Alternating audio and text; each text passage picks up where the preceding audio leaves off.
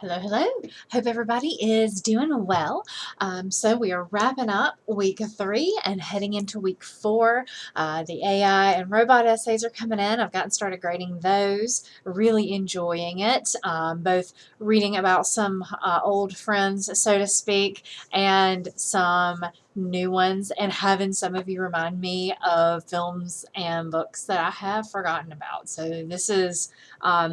At least I'm having fun, even if you're not. So, I hope everybody's doing okay. This week we had the Poisoner's Handbook film. I know some of you are probably still just getting into that because I know people are pushing to get the essay done and then doing some watching and reading, and that's totally fine.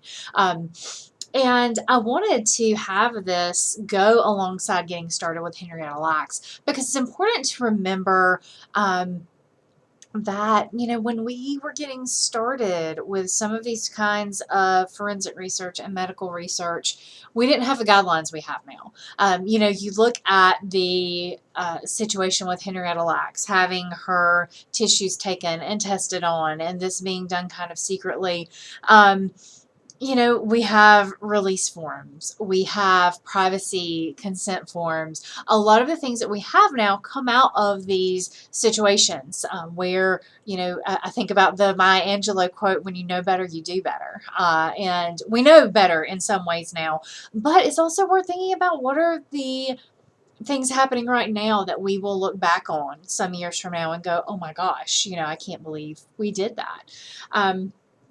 So Poisoner's Handbook, great book of the same name. The depictions I thought were quite good in this American Experience documentary, and I know y'all are probably pretty exhausted with reading already.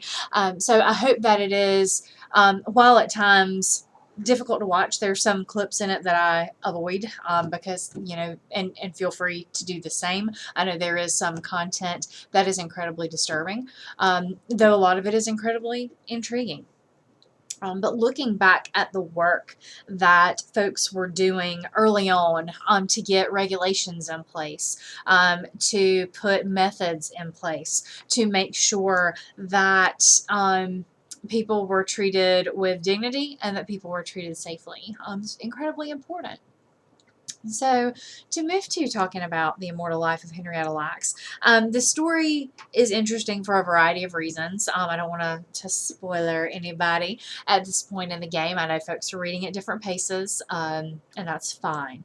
So, getting started, we see some of the disparities that were in place, and we still have many of these disparities now, based on someone's race, education level, socioeconomic situation, where they're living. The vast differences that people had with access to health care, and just thinking about what it would have been like to be in Henrietta Lacks' shoes.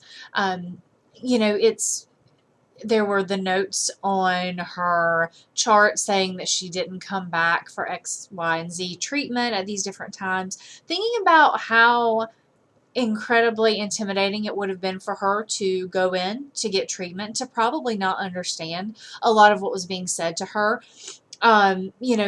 People have historically deferred to doctors as authorities. And yeah, they are authorities in medicine, but that has also meant that sometimes people were afraid to ask questions and people were afraid to try to sort of take part in their care.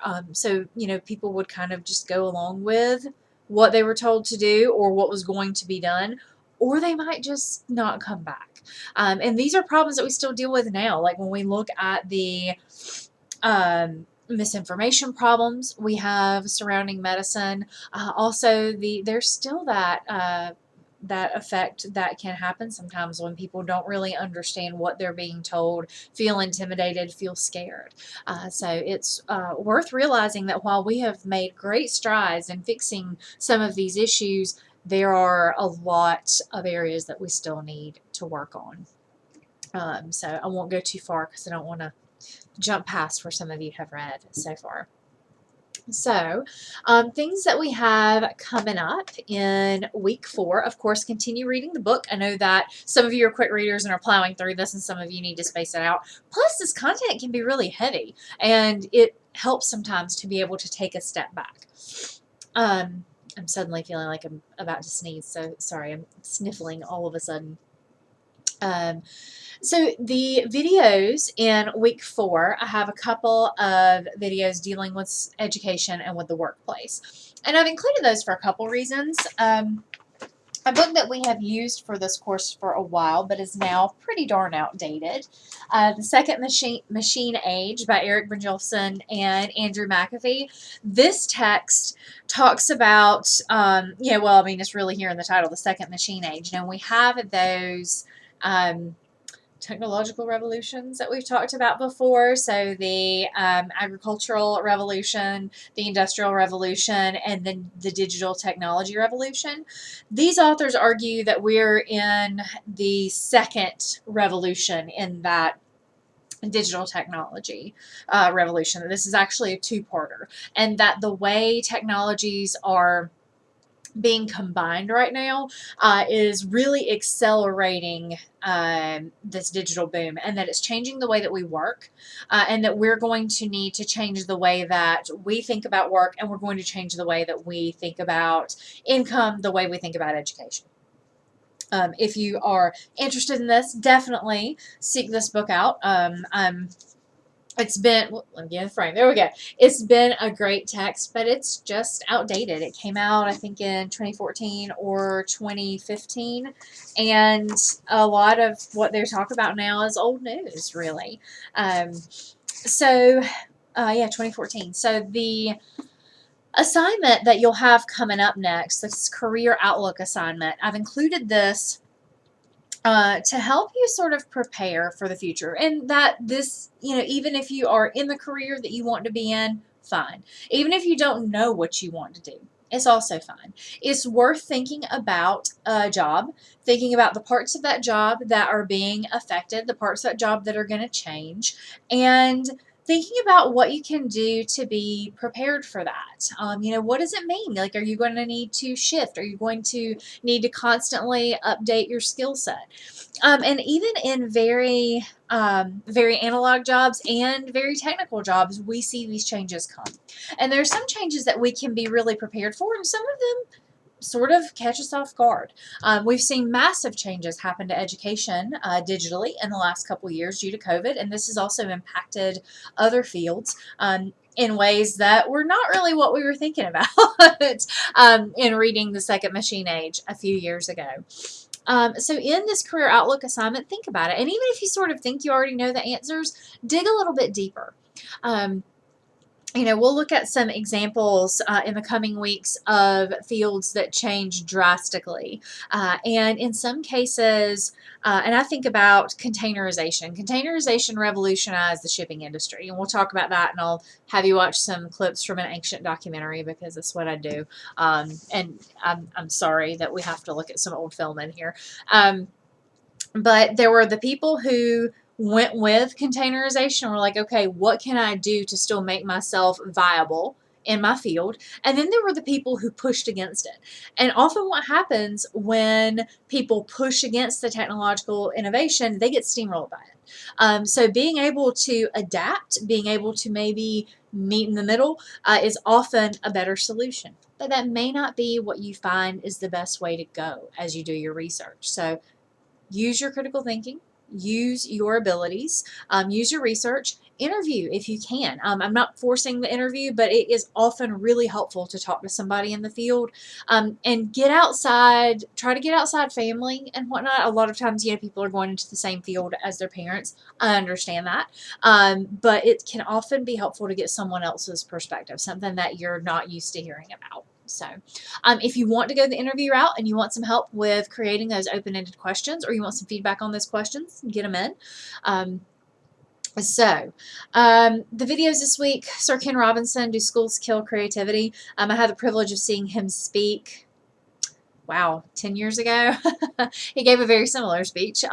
Unfortunately, we lost him a couple years ago, but he was very much a proponent of re-examining how we approach education. You may agree, you may disagree, you may find his ideas a jumping off point. And then there's the video, The Way We Think About Work is Broken. How should we be thinking about the work we do?